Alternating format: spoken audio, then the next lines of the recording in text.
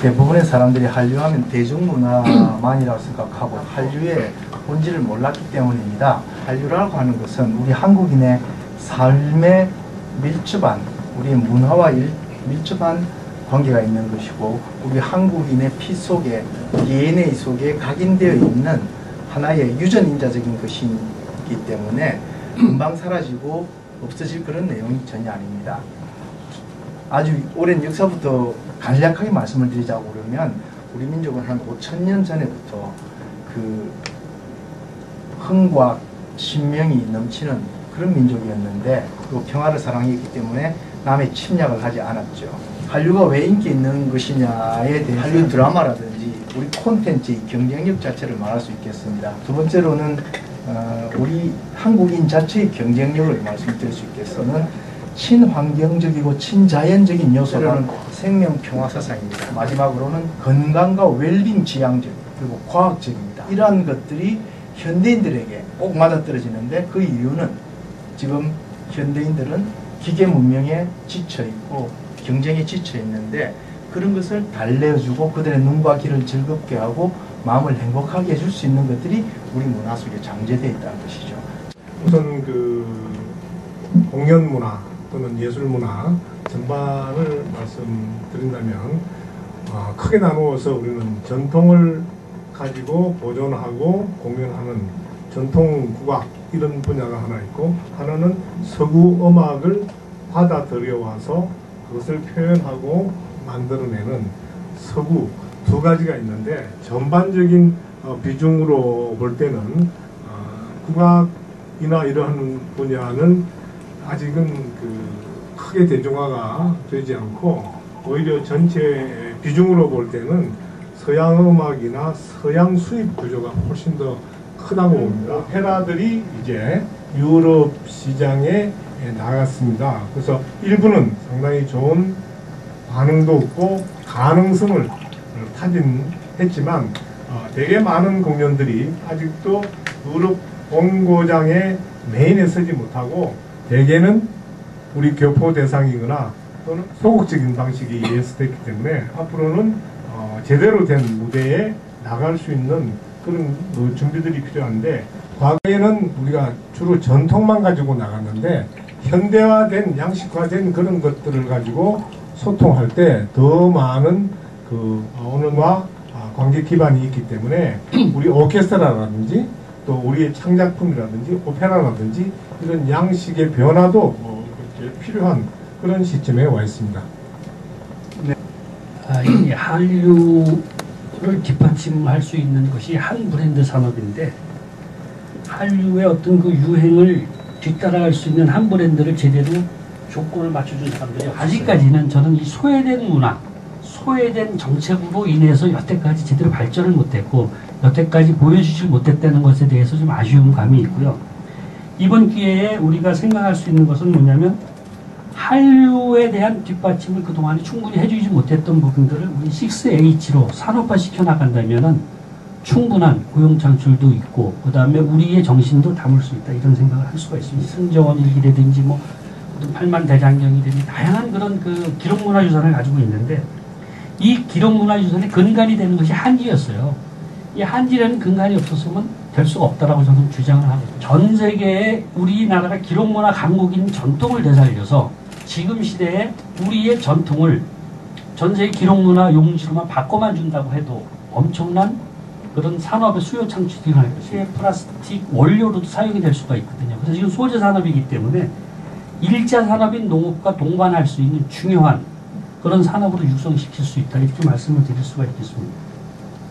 한지는 앞으로 우리의 어떤 그 첨단 산업하고 융복합을 하기 시작을 하면 무거운 철물을 쓰지도 않은 세상이 올 것이고, 무거운 철판으로 만들지 않은 자동차를 탈 수가 있을 시기가 곧 올 것이고, 이것이 군수산업으로 전환이 되면 엄청난 소재산업으로 발전할 수 있는 그런 중요한 소재산업이라고 말씀을 드릴 수가 있겠습니다. 말씀하셨던 그 글마루에서 디자인 시대다라고 말씀하셨습니다. 지금 우리 음식도 이제는 디자인 시대입니다. 그래서 패션 하면 옷을 잘 입는 사람으로 보이지 않습니까? 그러면 지금 시대의 음식은 패션, 음식도 패션이라는 것이죠. 그럼 무엇을 두고 패션이라고 얘기하느냐? 그릇을 두고 패션이라고 저는 표현을 하고 싶습니다. 그래서 음식을 어떻게 담아내느냐라는 것을 굉장히 중요시 여겨야 됩니다. 그래서 그것을 바로 표현하는 것을 뭐 푸드 스타일링이라고 하는데 저는 요즘 말을 바꿨습니다. 한국 음식의 담음새. 그래서 담음새라는 말을 써야 된다고 생각합니다. 그래서 담음새의 역할이 얼마나 중요에 따라서 음식이 가치가 인정이 되고 그 다음에 우리 음식이 예전에는 전부 다 누워있고 뭐 이렇게 좋은 식재료지만 담음새 역할을 제대로 해주지 않았기 때문에 음식의 가치를 인정을 못 받았다. 지금 우리 한국 음식을 요리를 연구하고 있는 사람들이 해내야 될 숙제인데요. 그걸 모르고 있다는 거죠. 그래서 지금의 시대는 이제 우리가 김치가 세계 5대 식품으로 꼽혔고 한국 음식도 국가 브랜드 음식이 생겼고 이런 음식들을 외국 사람들이 많이 알아서 배우러 오고 이러는 마당에 우리 음식을 그냥 예전처럼 그릇이나 어떤 디자인이나 이런 걸 무시한 채 가면은 발전성이 없다는 겁니다. 이것을 저는 요즘 굉장히 소중하게 생각하고 많은 사람들에게 일깨우고 가르치고 있어요. 그렇다면 패션이라고 하면 좋은 옷을 입어야 되느냐 비싼 옷을 입어야 되느냐가 아니라 걸맞는 그 다음에 꼭 비싼 것만이 아니래도 색채와 디자인과 어떤 모든 것이 음식이라는 그릇이라는 공간 안에 종합예술적으로 표현이 되어야 된다. 바로 그것이 음식은 주식과 부식으로 나눠져 있는 우리 음식 종합적인 것을 제대로 표현을 하지 못하고 왜 건강 음식이냐 왜 스토리가 있는 음식이냐 이런 것을 정확하게 표현을 해주고 의사전달을 못하고 있다는 거죠. 이거를 요즘 소위 얘기하는 스토리 마케팅, 스토리를 하는데 이런 것을 우리가 쉽게, 어렵게 얘기합니다. 외국인에게도 전달할 때도 쉽게 풀어야 되고 음식을 가르칠 때도 쉽게 가르쳐야 되는 그런 부분들이 있어야 되는데 우리 한국에 우리 전 국민들이 과연 여기 계시는 분들도 과연 김치가 5대 식품으로 꼽혔는데 김치를 담아보신 분들이 있느냐라는 거죠. 우리가 한국 음식을 세계화시킨다, 알린다 하면서 이런 부분들이 한 번쯤은 체험을 해봐야겠다. 경제적인 실력, 외교나 정치 부분은 어느 정도는 세계 선진국 수준에 그 정도 따라갈 만큼 됐는데 문화와 이 소프트에서 떨어지기 때문에 국가 브랜드가 저 밑에 31위까지 떨어져 있다는 것도 과거에부터 맥이 점점 이어져 왔는데 각각 보면 단편적이고 한 나라에 대해서만 해왔던 것인데 반해서 지금 한류는 약 70개국 전방위적으로 우리가 문화를 수출하고 있죠.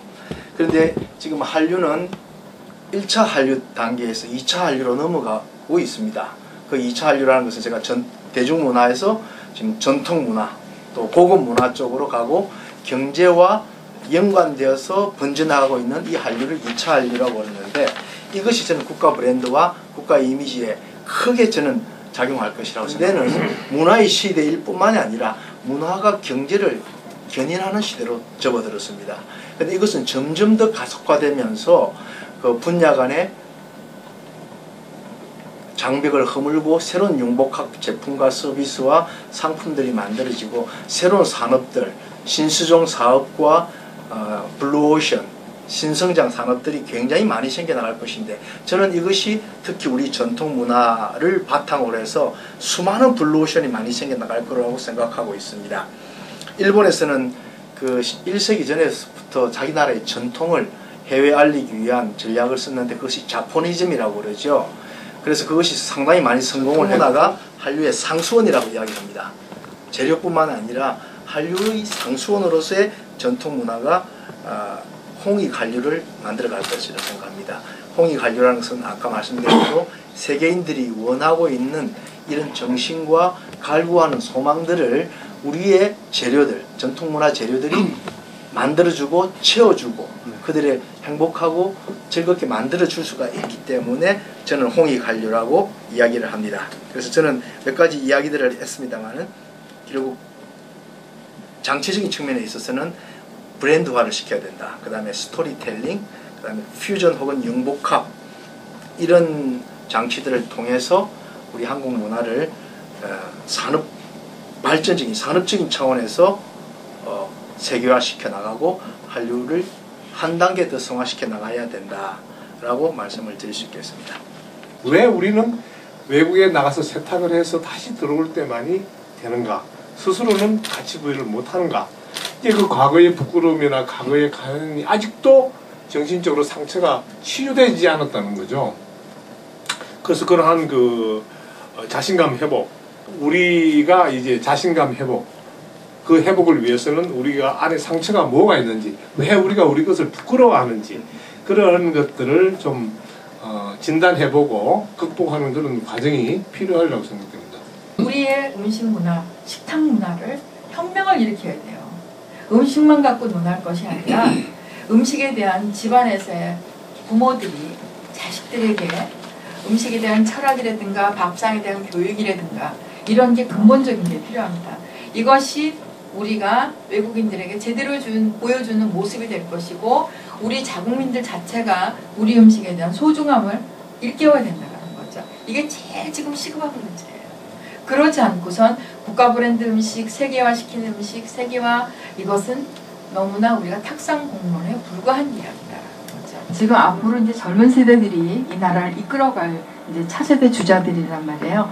근데 그 사람들, 그네들에게 저는 가장 중요한 것은 교육이라고 생각을 합니다. 스토리에다가 의미 부여가 되면 그 속에는 우리 한 브랜드, 의식주 문화가 고스란히 담겨져 있거든.